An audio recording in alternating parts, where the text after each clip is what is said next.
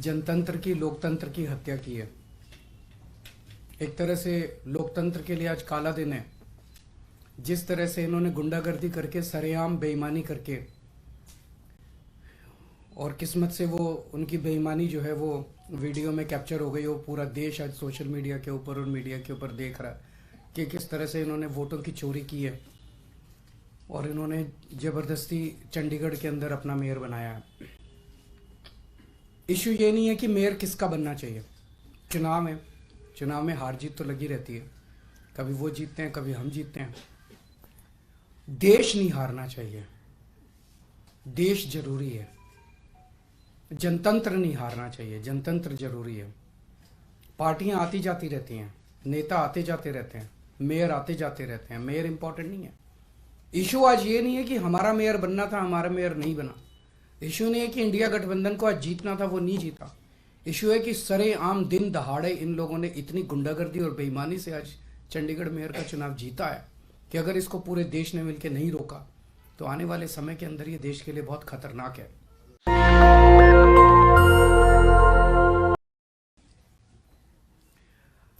आज से 76 साल पहले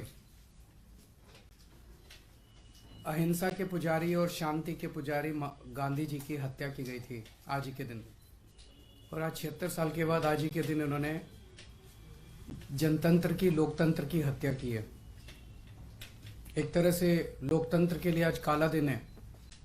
जिस तरह से इन्होंने गुंडागर्दी करके, सरेआम बेईमानी करके, और किस्मत से वो उनकी बेईमानी जो है वो वीडियो में कैप्चर हो गई। वो पूरा देश आज सोशल मीडिया के ऊपर और मीडिया के ऊपर देख रहा है कि किस तरह से इन्होंने वोटों की चोरी की है और इन्होंने ज़बरदस्ती चंडीगढ़ के अंदर अपना मेयर बनाया है।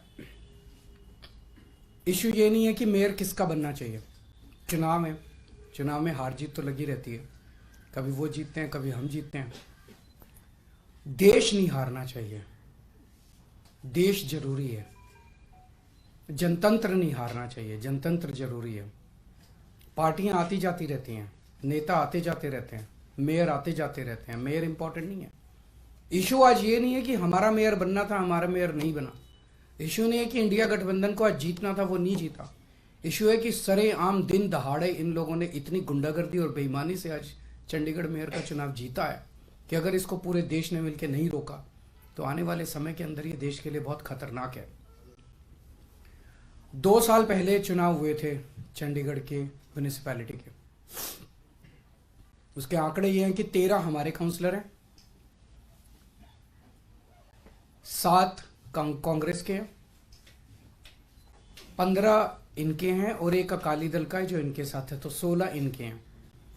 13 हमारे, 7 कांग्रेस के और 16 इनके, टोटल 36 हैं।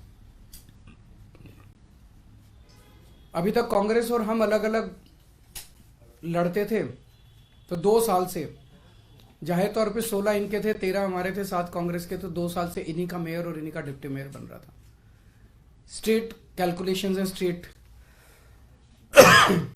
इस बार इंडिया गठबंधन के तहत कांग्रेस और आम आदमी पार्टी साथ आ गई, तो स्टेट इलेक्शन था, 20 हमारे थे, 16 उनके थे। इसमें कोई बहुत बड़ी गणित नहीं थी, इसमें कोई बहुत बड़ा वो नहीं था। लेकिन शुरू से इनकी नीयत खराब थी, शुरू से इनकी नीयत खराब थी। जब से चुनाव ऐलान हुए, सबसे पहले तो इन लोगों ने प्रिसाइडिंग ऑफिसर, अपनी पार्टी के एक कार्यकर्ता को, अपनी पार्टी के एक ऑफिस बेरर को, पदाधिकारी को इन्होंने प्रिसाइडिंग ऑफिसर घोषित कर दिया।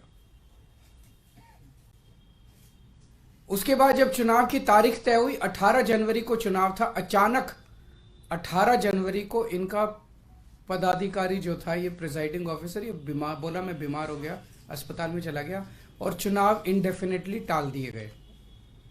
हम कोर्ट गए और कोर्ट से हम लोग तारीख तय करवा के लाए।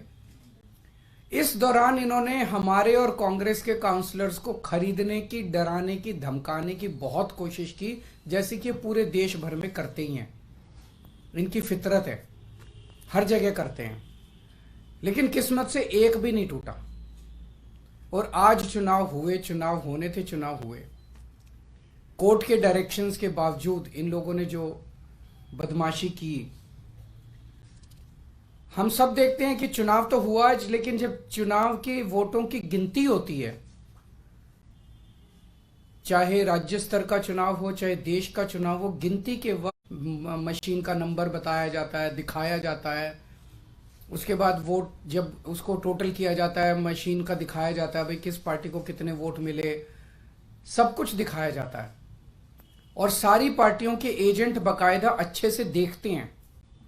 यहां भी प्रोसीजर ये था, कानून में ये था कि हर पार्टी का एजेंट वहां बैठेगा और पार्टी का एजेंट को, जैसे दिल्ली में भी एमसीडी के चुनाव हुए, एमसीडी के मेयर का चुनाव हुआ, वो भी बैलेट पेपर से होता है, तो वो सारे एजेंट बैठते हैं, एक एक वोट बकायदा सभी एजेंट्स को दिखाए जाते हैं।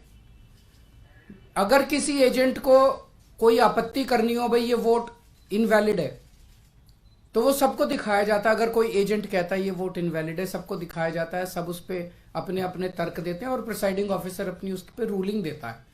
एक तरह से क्वासी जुडिशियल वो करता है कि उस पर रूलिंग देता है।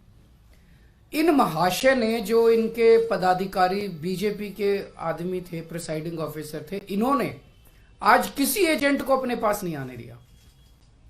इन्होंने सारे एजेंट्स को दूर धकेल दिया और खुद ही सारी वोट लेके बैठ गए। और बकायदा कैमरे के अंदर दिखाई दे रहा है कि किस तरह से वोट, जो हमारे वोट थे उनके ऊपर वो टिक मार्क करके उसको इनवैलिड, मतलब 2 टिक मार्क लग गए तो ये वोट इनवैलिड हो जाएगा। वो टिक मार्क करके इनवैलिड करते जा रहे हैं और फिर नीचे साइन कर रहे हैं। कुछ वोट पे मात्र साइन कर रहे हैं और कुछ वोट पे एक टिक मार्क और लगा रहे हैं। वो साफ साफ वीडियो में दिखाई दे रहा है। तो 36 वोट पड़ने थे, 36 में 16 इनके थे, 20 हमारे थे, 16 इनके पड़ गए, 16 इनके पक्ष में पड़े। 20 में से 8 वोट जो हमारे थे, वो 8 वोट इन्होंने कैंसिल कर दिए, इनवैलिड डिक्लेयर कर दिए। यानी कि 36 में से 8 वोट, मतलब 25% वोट इनवैलिड डिक्लेयर कर दिए। ये कौन सा चुनाव हुआ? पिछली साल जब चुनाव हुए थे तो हमारा 1 वोट इनवैलिड डिक्लेयर हुआ था। तो ऐसा तो नहीं कि हमारे वालों को वोट डालना नहीं आता, वोट तो डालना आता है। पिछली बार भी डाला था, इस बार भी डाला है। इस बार कैसे ऐसा हो गया कि सारे वोट डालना भूल गए हमारे वाले, सारे वोट इनवैलिड हो गए? तो पहले से सोच के आए थे कि इनको गुंडागर्दी मचानी है। किस्मत अच्छी थी कि कैमरे के अंदर सब कुछ पकड़ा गया। बड़ी इंटरेस्टिंग चीज है कि चुनाव के पहले कल ऑर्डर जारी करके चंडीगढ़ एडमिनिस्ट्रेशन ने मीडिया की एंट्री बैन कर दी। तो इसका मतलब नीयत तो शुरू से ही खराब थी, प्लान तो, षड्यंत्र तो पहले से ही बना रखा था इन लोगों ने कि गड़बड़ करनी है। इतने बड़े स्तर के ऊपर चंडीगढ़ के मेयर के चुनाव के लिए आज तक कभी भी इतनी वोट इनवैलिड नहीं डिक्लेयर की गई। 36 में से 8 वोट इनवैलिड, मतलब 25% वोट। अगर इनसे 36 वोट काउंट करने में इतनी बड़ी धांधली कर रहे हैं, देश का जब बड़ा चुनाव होगा उसमें तो 90 करोड़ वोट पड़ते हैं, उसमें तो पता नहीं किस लेवल की धांधली करते हैं ये लोग।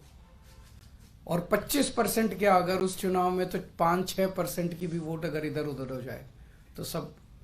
तो आज का चुनाव ये दिखाता है कि किस तरह से ये जीतने के लिए, सत्ता पाने के लिए किसी भी हद तक जा सकते हैं।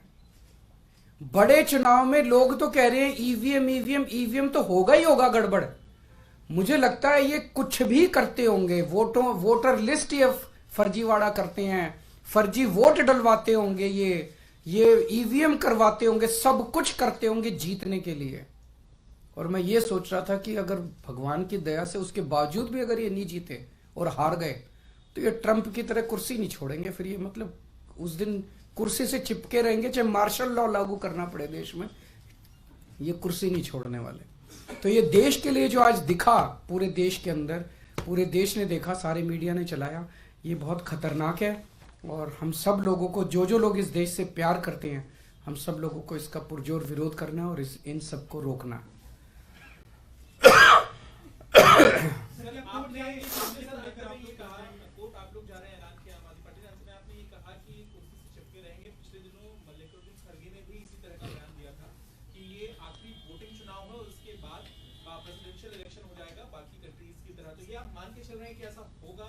ये सारे जो आसार दिखाई दे रहे हैं ये इसी तरफ इंगित करते हैं कि बहुत बड़े स्केल के ऊपर कुछ तो गड़बड़ है।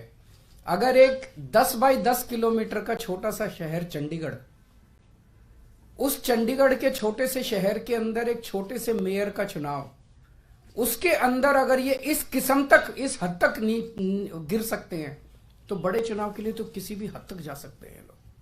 तो आप इस बात को समर्थन कर रहे हैं कि ईवीएम जो है उसमें भी अब गड़बड़ी करने की सरकार? देखिए, अभी जो कई सारे मैंने देखे हैं वीडियोस, कई सारे, उसके ऊपर एक दिन अलग से चर्चा कर सकते हैं।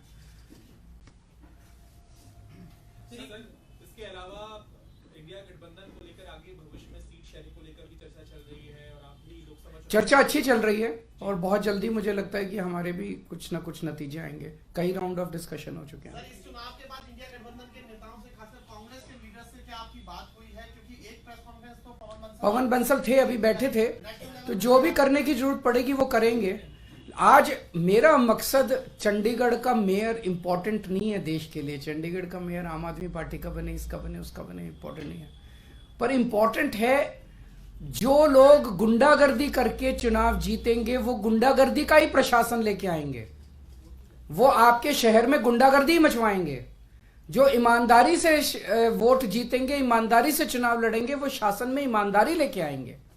आज इन्होंने जिस तरह से सरेआम गुंडागर्दी, अरे वोट, आपके वोट, जो वो अधिकारी है प्रिजाइडिंग ऑफिसर, उसके खिलाफ तो फोर्जरी का, फ्रॉड का, सेडिशन का मुकदमे चलने चाहिए। नॉन बिलेबल ऑफेंस है। उसने फ्रॉड करके सबके वोट बदल दिए उसने। ये कैसे परमिसिबल है? जनतंत्र तो सुप्रीम है। वोट तो एक तरह से बहुत सैक्रोसैंक्ट है, किसी का भी वोट। आपने काउंसलर्स के वोट बदल दिए। काउंसलर्स के वोट पे टिक मार्क करते जा रहे हो और साइन करते जा रहे हो, टिक मार्क करते। ये क्या है? सरेआम गुंडागर्दी। ना वोट को मानते, ना किसी प्रोसेस को मानते, ना कानून को मानते, ना संविधान को मानते। बिहार से लेकर झारखंड तक ईडी कार्रवाई कर रही है और हेमंत सोरेन हो चाहे तेजस्वी यादव हो, इस पर एक प्रतिक्रिया आप दे दीजिए। क्या आपका कहना है कि ईडी इतने बड़े स्तर पे कार्रवाई क्यों कर रही है? मैं आपसे ही पूछना चाहता हूं कि क्यों कर रही है। एक इन्होंने माहौल ये बनाया पूरे देश के अंदर, अब राम मंदिर का वो उद्घाटन हो गया, राम मंदिर का, अब तो इतनी सीट आएंगी और इतनी सीट आएंगी। अगर इतनी सीट आ ही रही थी तो ईडी की क्या जरूरत थी? फिर ये सब नौटंकी करने की क्या जरूरत थी? इसका मतलब इतनी सीट नहीं आ रही है। इसका मतलब ईडी की भी जरूरत है, फर्जीवाड़े की भी जरूरत है, गुंडागर्दी करने की भी जरूरत है, तब सीट आएंगे इनकी। अगर अपने आप सीट आ रही होती तो क्यों करते ये इतना सारा? क्यों ईडी पीछे भेजते? क्यों नीतीश जी को तोड़ते? क्यों उधर एनसीपी तोड़ते? क्यों शिवसेना तोड़ते? क्यों सबके पीछे ईडी छोड़ते? ये इसलिए कर रहे हैं क्योंकि इनकी सीटें नहीं आ रही हैं। लोग इनसे परेशान हो चुके हैं, लोग फेडअप हो चुके हैं।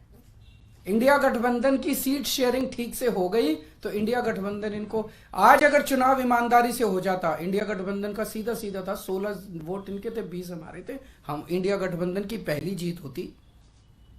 लेकिन ये तो इस तरह से गुंडागर्दी करके, बेईमानी करके चुनाव जीत रहे हैं। सीधा सीधा था। आज का चुनाव तो बड़ा सिंपल और स्ट्रेट था। हमारा एक भी आदमी नहीं बिका।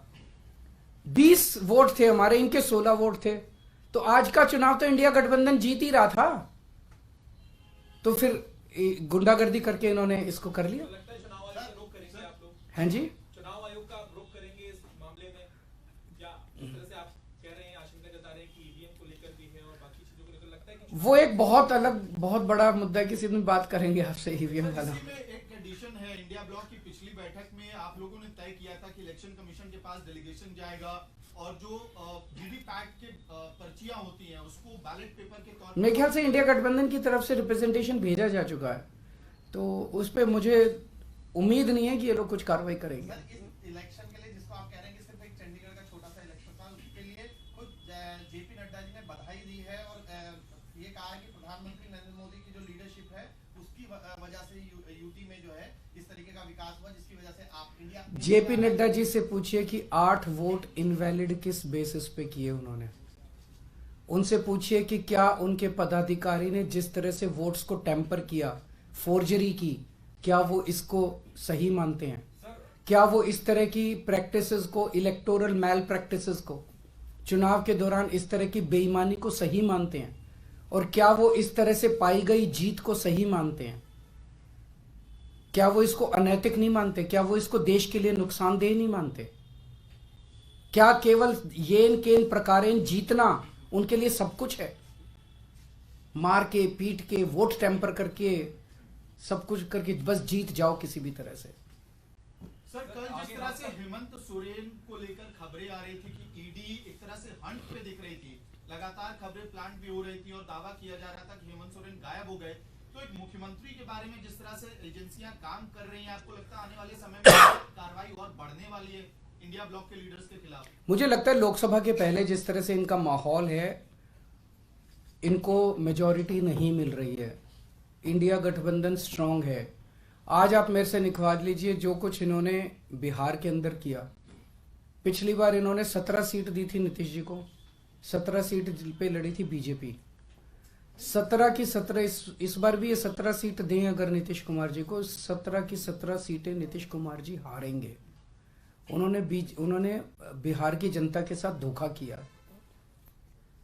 तो बीजेपी को इसका नुकसान होने वाला। इस तरह की हरकतें ये देश पसंद नहीं करता।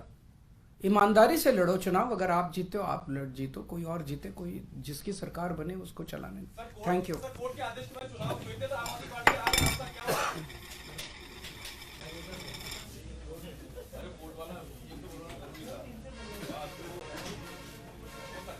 नेशनल दस्तक की आपसे गुजारिश है कि अगर इसको बचाना चाहते हैं तो नेशनल दस्तक को सब्सक्राइब करने के लिए रेड कलर के सब्सक्राइब बटन को दबाएं, फिर बेल आइकन की घंटी दबाएं। नेशनल दस्तक को बचाने के लिए बहुत जरूरी है कि हर खबर को शेयर करें, लाइक करें, कमेंट जरूर करें।